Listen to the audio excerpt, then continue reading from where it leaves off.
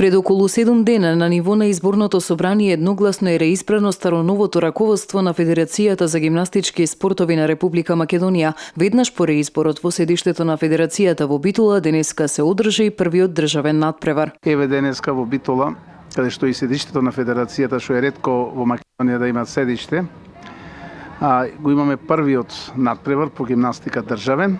Имаме Б лига и А лига жени.